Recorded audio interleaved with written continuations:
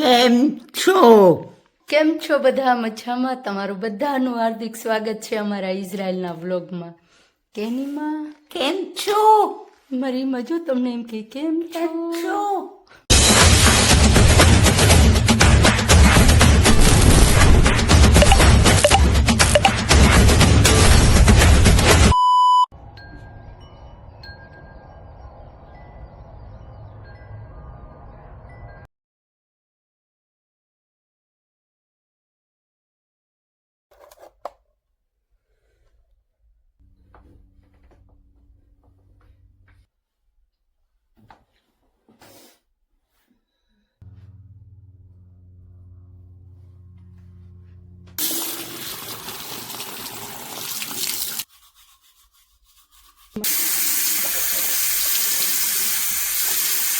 અને ઉઠાડીએ જો અને અત્યારથી ઉઠાડવાનું ચાલુ કરે ને ત્યારે 11 વાગે ઉઠશે મારી એમાં. જો અત્યારે વાગ્યા કેટલા? 9:45. Ma, એમાં બોકેર તો Boker Tov.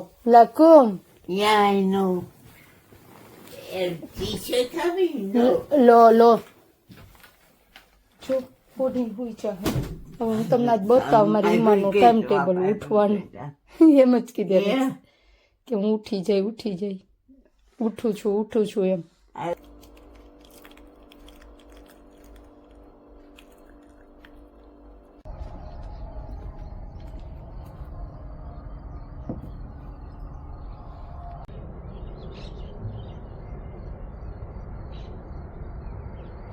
મને હે ને પ્રભાતના પોરમાં અહીંયા બારોબાર બેસી અને ચા પીવી બહુ ગમે. આ ફૂલ છે ને જે દેખાય ને રેડ, એ બધાય છે ને ઇઝરાયલના રાષ્ટ્રીય ફૂલ છે.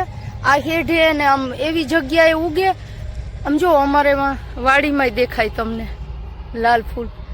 આ છે ને હેઠામાં જ તમને જોવા મળશે વધારે. આમ બહાર પણ હોય, આ ગમે એ જગ્યાએ ઉગે. જો આની અંદરનો ભાગ છે ને આ બ્લેક, ઈ બ્લેક છે ને જ્યાં ખરશે ને ત્યાં ઉગશે. આ ઓલી ધ્રોકર જેવું આનું કામકાજ છે.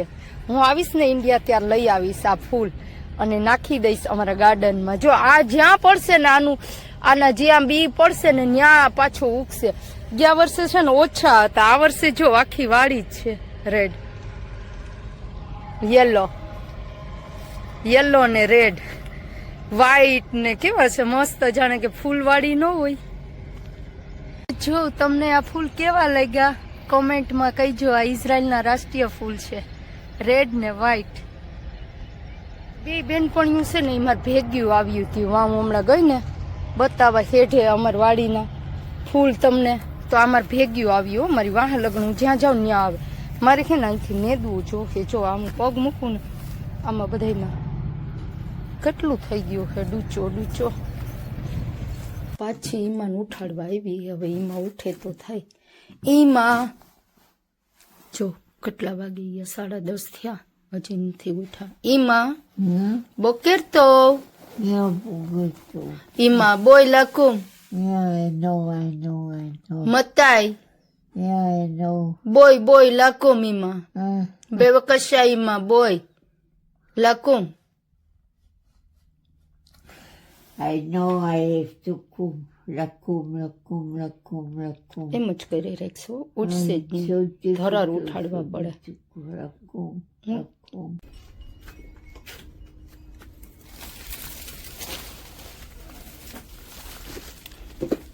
હવે હું મારા રૂમે આવી ગઈ છું. હું નાઈ ધોઈને જઈશ ને પાછી તો મારી ઈમાં છે ને જાગી જશે, એને ઉઠાડી દઈશ. નાઈ ધોઈ લીધું એનો મતલબ કે નાઈ લીધું ને. મારા જે અમુક ટી શર્ટો હોય ને વ્હાઈટ ને, એવું મશીનમાં ન નાખું, એટલે હાથે ધો. એટલે મેં હે ને અહીંયા મારા બાથરૂમમાં ધોયા, એટલે નાઈ લીધું ને ધોઈ લીધું. હવે હે ને હું મારા રૂમે જઈ અને મારી ઈમાન ધોરાર ઉઠાડે. જોઈજો તો તમે, મારી ઈમા છે ને એ રીતના ઉઠવાનું નામ જ નહીં લે.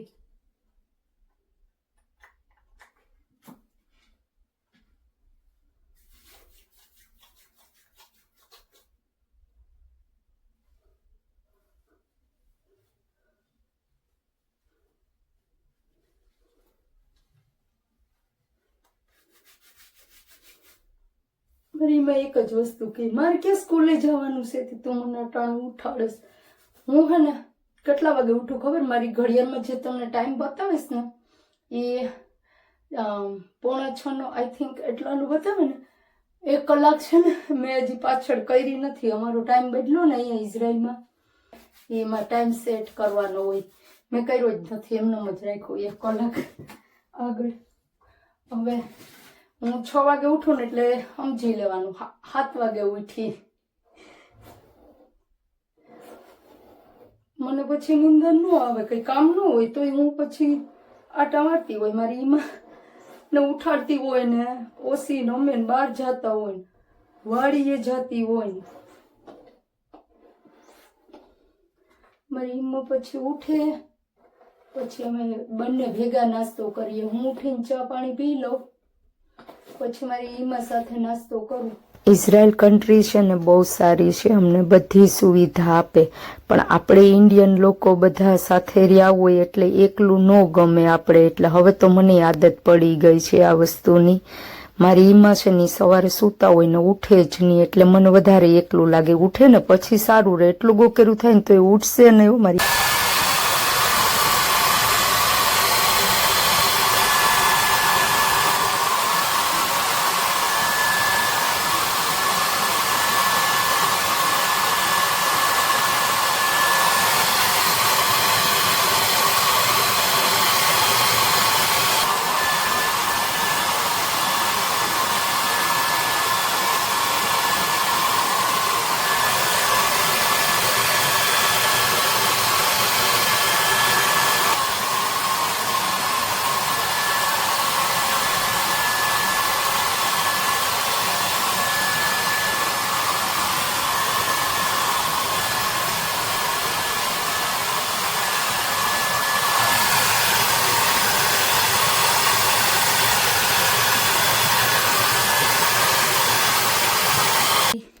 ઈમાં જાગી ગયા, જો નાસ્તો કરે.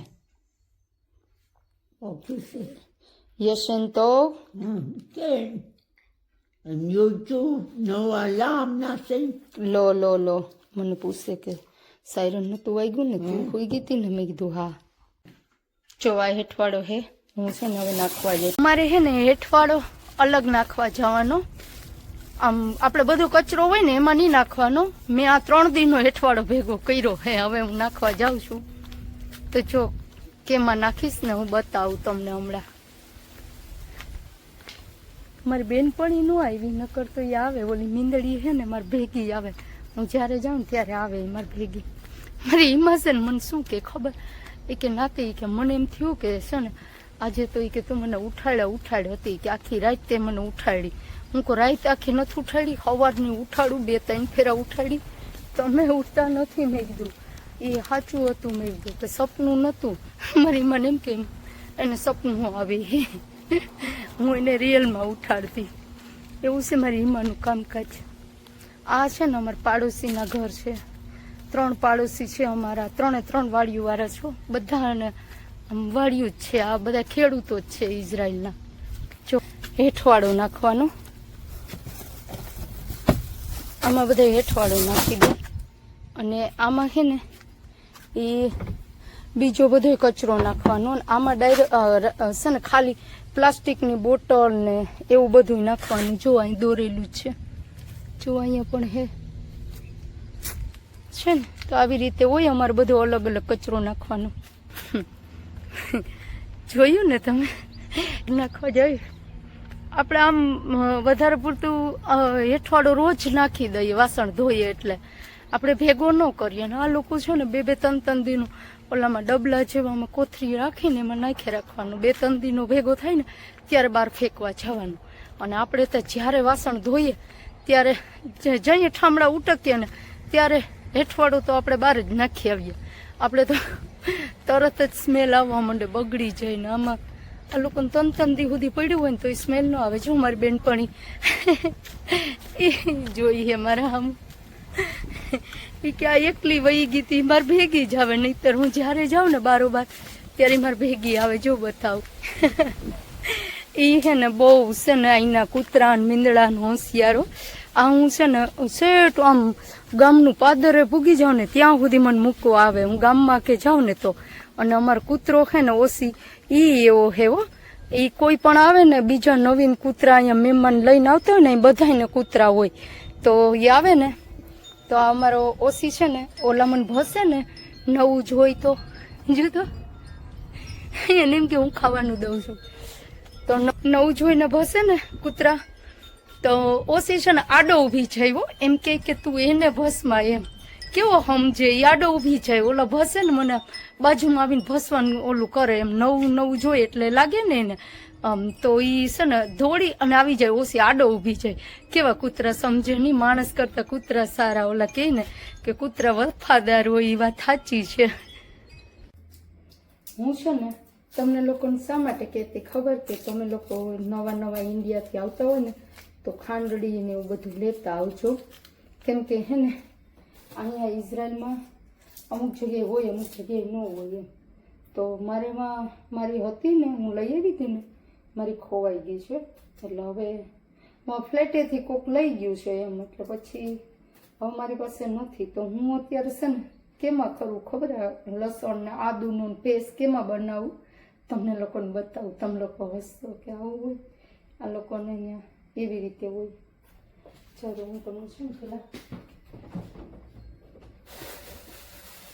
મારે છે ને અત્યારે બનાવવાનું છે દાળ ભાત.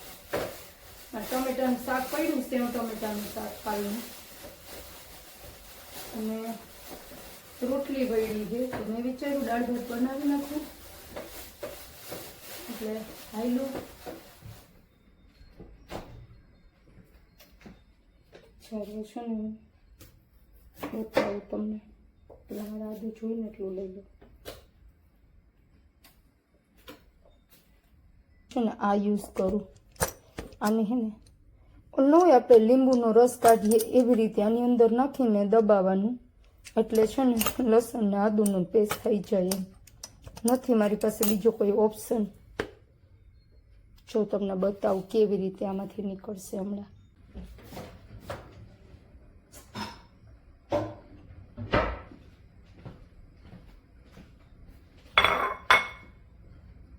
જો આની અંદર નાખી દઉં પછી શું કરું ખબર અને બંધ કરી દઈશ. આમાં આટલી મગજમારી થાય ને મારે લસણવાળી ચટણી બનાવીએ ને તો થાય નહીં. ચાર રીતનું સેવ ન પડતી હોય જો એવી એવું છે આ બધું. મને એમ થાય કે આદુ તો છે ને નાખવું જ નથી કોઈ શાકમાં એવું લાગે. જોઈજો હું આદુ તમને બતાવું અને એ રાખી દઉં કેમ કે આમાંથી છે ને પાછું રસ નીકળશે. જો આમાંથી થોડુંક જ નીકળશે બાકી બધું છે ને મારું વેસ્ટ જશે. જો આની અંદરથી ખરાબ કેટલું નીકળશે ને એ બતાવું.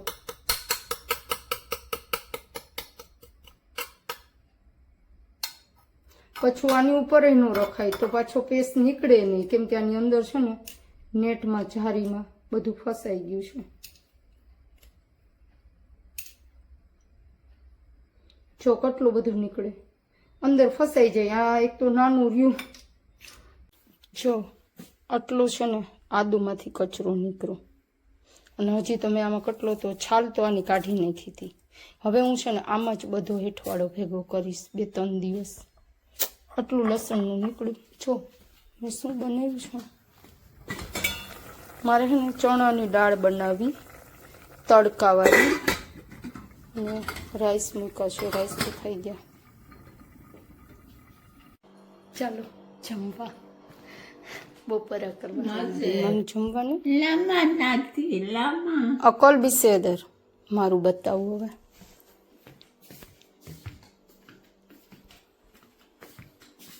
જો સેવ ટમેટાનું કાલું શાક પાપડ સલાડ રોટલી છાશ ને આ દાળ ભાત બનાવ્યા ત્યારે. તો ચાલો જમી લઈએ પછી પાછા મળ્યા.